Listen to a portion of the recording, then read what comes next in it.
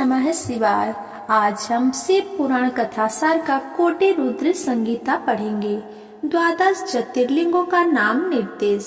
ऋषि बोले, सूत जी, आपने संपूर्ण लोक को हित की कामना से नाना प्रकार के आख्यानों से युक्त जो शिवावतार का महात्म्य बताया है वो बहुत ही उत्तम है। तात आप पुनः शिव के परम उत्तम महात्म्यों का तथा शिवलिंग की महिमा का प्रसन्नता पूर्वक वर्णन कीजिए। भूमंडल में अथवा अन्य स्थलों में भी जो प्रसिद्ध शुभ शिवलिंग विराजमान है, भगवान शिव के उन सभी दिव्य लिंगों का समस्त लोक के हित की इच्छा से आप वर्णन कीजिए। सूत जी ने कहा, महर्षियों, संपूर्ण तीर्थ लिंगमय है, सब कुछ लिंग में ही प्रतिष्ठित है। उन शिवलिंग की कोई गणना नहीं है, तथापि मैं उनका किंचित वर्णन करता हूँ। संसार में कोई भी वस्तु शिव के स्वरूप से भिन्न नहीं है। मुनि श्रेष्ठ सैनक, इस भूमंडल पर जो मुख्य मुख्य ज्योतिर्लिंग है उनका मैं वर्णन करता हूँ। उनका नाम सुनने मात्र से पाप दूर हो जाते हैं। सौराष्ट्र में सोमनाथ, श्रीशैल पर मल्लिकार्जुन, उज्जैनी में महाकाल, ओंकार तीर्थ में परमेश्वर, हिमालय के शिखर में केदार, डाकिनी क्षेत्र में भीमशंकर, वाराणसी में विश्वनाथ, गोदावरी के तट पर त्र्यंबक, सीता भूमि में वैद्यनाथ, दारुका वन में नागेश, सेतु बंध में रामेश्वर तथा शिवालय में घुसमेश्वर का स्मरण करे। जो प्रतिदिन प्रातःकाल उठकर इन 12 नामों का पाठ करता है उसके सभी प्रकार के पाप छूट जाते हैं और उसे संपूर्ण सिद्धियों का फल प्राप्त हो जाता है। इन लिंगों पर चढ़ाया गया प्रसाद सर्वदा ग्रहण करने योग्य होता है। उसे श्रद्धा से विशेष यत्न पूर्वक ग्रहण करना चाहिए। ऐसा करने वाले के समस्त पाप उसी क्षण विनष्ट हो जाते हैं। हे मुनीश्वर, म्लेच्छ, अत्यंत अंतज्ञ अथवा नपुंसक कोई भी हो, वो ज्योतिर्लिंग के दर्शन के प्रभाव से द्विज कुल में जन्म लेकर मुक्त हो जाता है। इसीलिए ज्योतिर्लिंग का दर्शन अवश्य करना चाहिए। इस प्रकार संक्षेप में इन ज्योतिर्लिंगों के दर्शन के फल का वर्णन किया गया। अब इसके अनंतर इसके उपलिंगों का वर्णन भी यहाँ विस्तार पूर्वक प्रस्तुत किया गया है। काशी आदि के विभिन्न लिंगों का वर्णन। सूत जी कहते हैं, गंगा के तट पर परम प्रसिद्ध काशी नगरी है, जो सबको मुक्ति प्रदान करने वाली है। उसे लिंगमय ही जानना चाहिए। वो सदाशिव की निवास स्थली मानी गई है।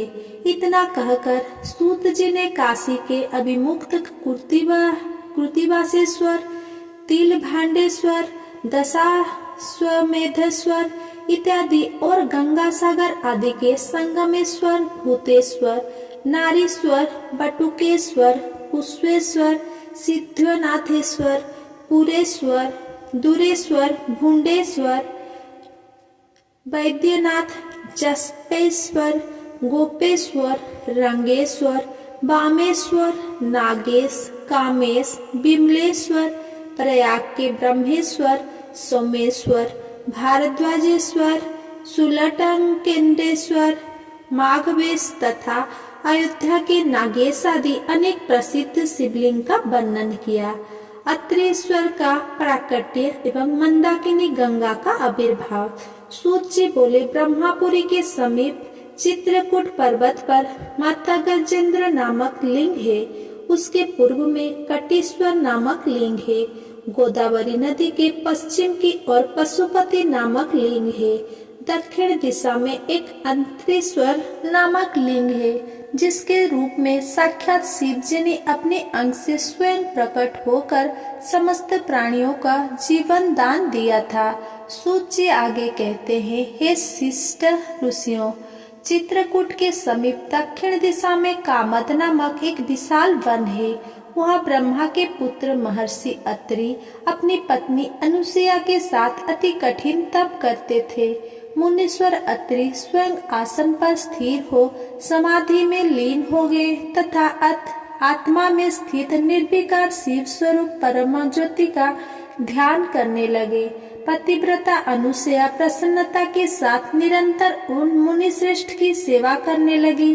वे सुंदर पार्थिव शिवलिंग बनाकर मंत्रों के द्वारा विधिवत मानस उपचार से पूजन करती थी और बारंबार शंकर जी की सेवा कर भक्ति में उनकी स्तुति करती थी।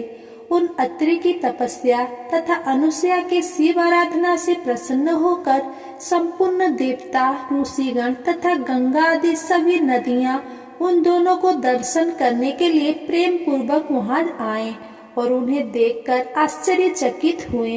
वे अत्रि के शिव आराधना और अनुसया की पति सेवा की प्रशंसा करने लगे। इस प्रकार उनकी प्रशंसा करके वे जैसे आए थे वैसे ही अपने अपने स्थानों को चले गए, परंतु गंगा जी और शिव जी वहाँ स्थित रहे।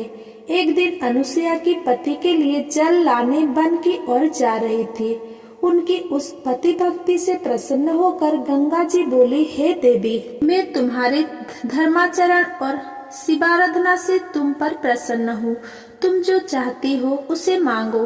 तब अनुसुईया जी ने कहा, यदि आप प्रसन्न हैं और मुझ पर आपकी कृपा है तो हे देवी, इस तपोवन में आप स्थिर होकर निवास करें।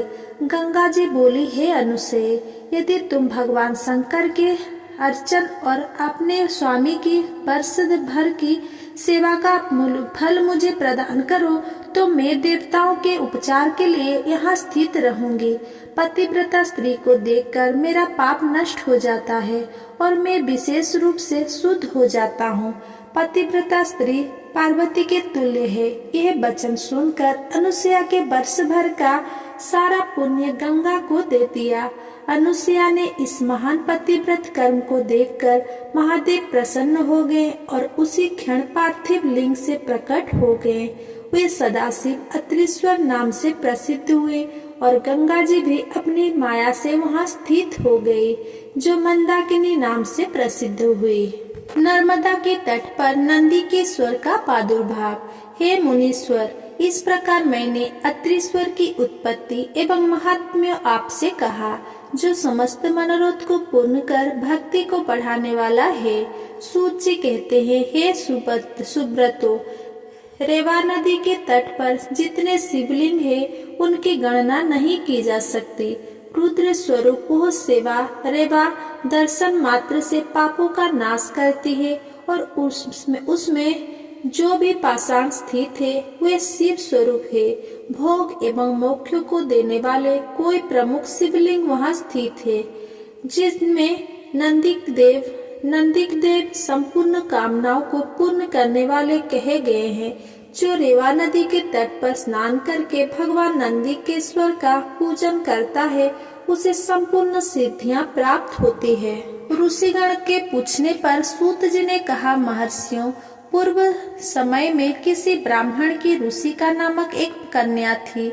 उसने अपनी उस कन्या का विवाह विधान पूर्वक किसी ब्राह्मण से कर दिया। वो द्विज पत्नी अपने पूर्व जन्म के किसी अशुभ कर्म के प्रभाव से बाल्यावस्था में विधवा हो गई। तब वह ब्राह्मण पत्नी ब्रह्मचर्य व्रत के पालन में तत्पर हो पार्थिव पूजन पूर्वक कठोर तप करने लगी। उसी समय महामायावी मूढ़ नामक दुष्ट असुर कामबाण से पीड़ित होकर वहां गया तथा तपस्या करती हुई वह उस सुंदरी स्त्री को देखकर अनेक प्रकार का प्रलोभन देकर उसके साथ सहवास की याचना करने लगा। तपस्या में संलग्न उस ब्राह्मणी द्वारा तिरस्कृत हुए उस दैत्य ने उस पर अत्यंत क्रोध किया। अपना विकट रूप दिखाते हुए दुर्वचन कहकर डराने लगा।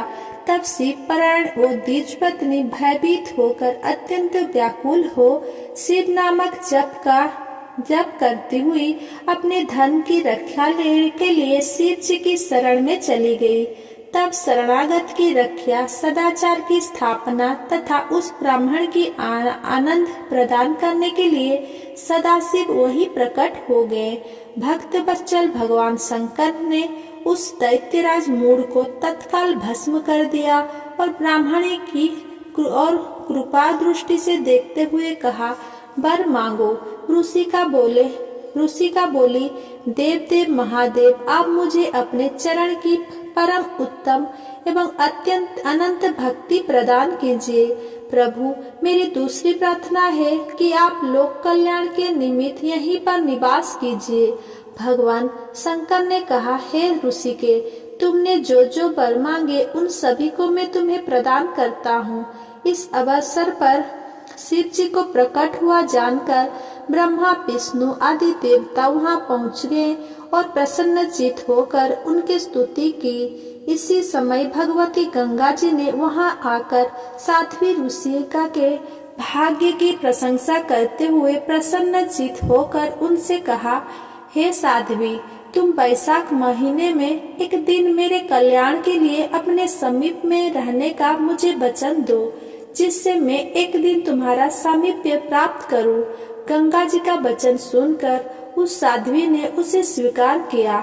शिव जी भी इसके द्वारा निमित्त उस पार्थिव लिंग में अपने पुण्यास से प्रविष्ट हो गए। उसी दिन से नर्मदा का यह तीर्थ ऐसा उत्तम और परम पावन तीर्थ हो गया, जहाँ शिव जी नंदी के नाम से प्रसिद्ध होकर स्थित है। गंगा भी प्रति वर्ष वैशाख मास की सप्तमी के दिन सबके कल्याण की इच्छा से तथा अपने उस पाप को धोने के लिए वहां जाते हैं जो मनुष्य से वे ग्रहण करते हैं। अगर मेरा ये वीडियो आपको पसंद आया हो तो मेरा वीडियो को लाइक, कमेंट, शेयर करें एंड मेरा चैनल को सब्सक्राइब करें। धन्यवाद।